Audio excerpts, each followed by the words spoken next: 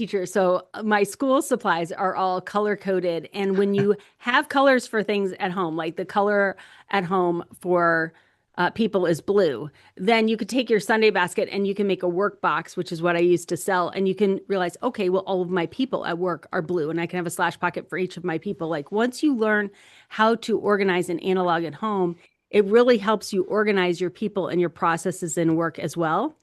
And like I said, at home, it takes like 20 to 30 hours just to run your household without children. You may not realize that's how much work you're doing, but like we eat 3 times a day. So that's 21 times that you have to prepare and clean up food.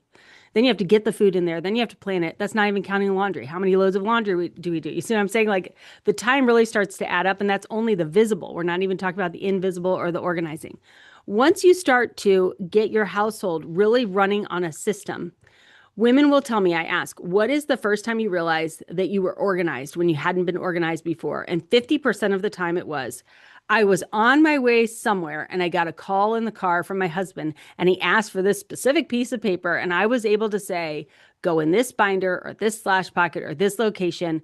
And I kept going to wherever I was going because prior to that, the women would just stop, turn around, go home, get the paper, and miss out on whatever they were going to. And I know that I think that probably kind of surprises you. You would not believe how much women put their life on hold and don't do what they're uniquely gifted and created to do because they are managing the people and the processes at home, and they can't do that remotely. They have to literally be in the house in order to do it.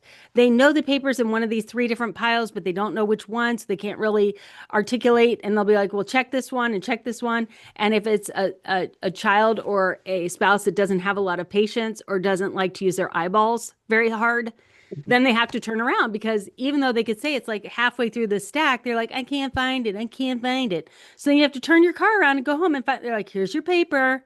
And now you've lost out on whatever opportunity you were doing as a woman. I can't even tell you. You're like going, there's no way. And every woman listening is going, oh my gosh, yes, that was me on Tuesday.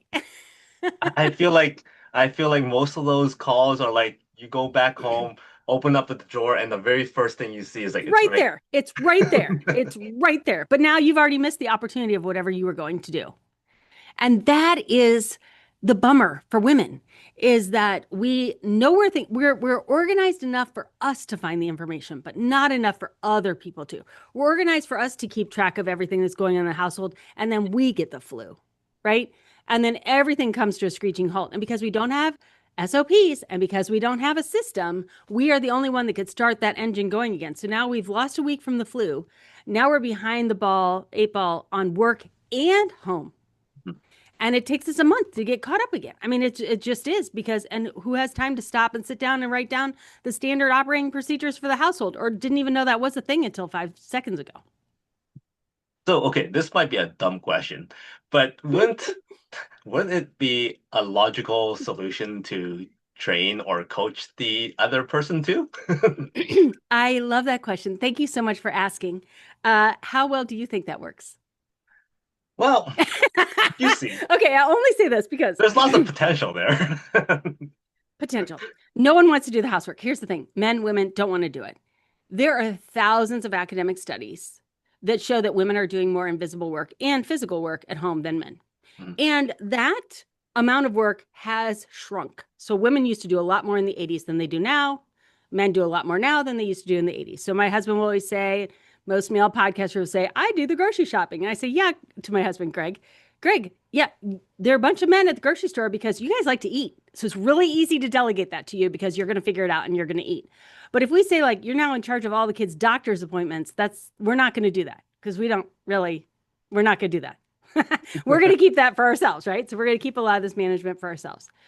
So the academic theme right now since the 80s is that women do more work at home than men. And so men need to pick up the pace. Like you hear that in academia everywhere. You hear that in the media everywhere. Okay, that's great. How do you think that's going on in marriages? I can't even tell you how many marriages have ended because we tried to make the work equal. Also, as a side note, I love being the household manager. I love being a stay-at-home mom. My husband says, you like to be in control. I'm like, I do love to be in control. Thank you for noticing. You're allowed to do the grocery shopping and I will do all of the invisible work because I do want to be the CEO of my household and I've elevated the position to the CEO of my household.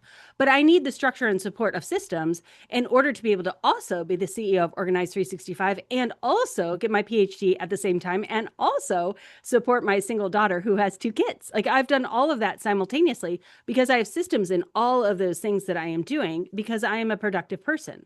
So instead of saying the solution to this problem is to get someone else to do my work, I would rather say, as an independent woman, the solution is to support me with systems so that I can do all of these things that I want to do. So that's why I got my PhD, so I can do research because we don't have systems in the home and I've created them. And I want to do academic studies to see if these systems really do support our productivity and our executive function. And if they do, and we can show that in science, then if you do have ADHD, the Sunday basket is now a medical intervention for you, just like we do with children. Like you may not realize, but children have all of these alternative therapies they can have when they have ADHD in addition to medication. But as soon as you turn 18, science has only studied medication for adults with ADHD, no alternative solutions. So I'm creating an alternative non-pharmaceutical intervention for ADHD in addition to just systems. How are chickens like success?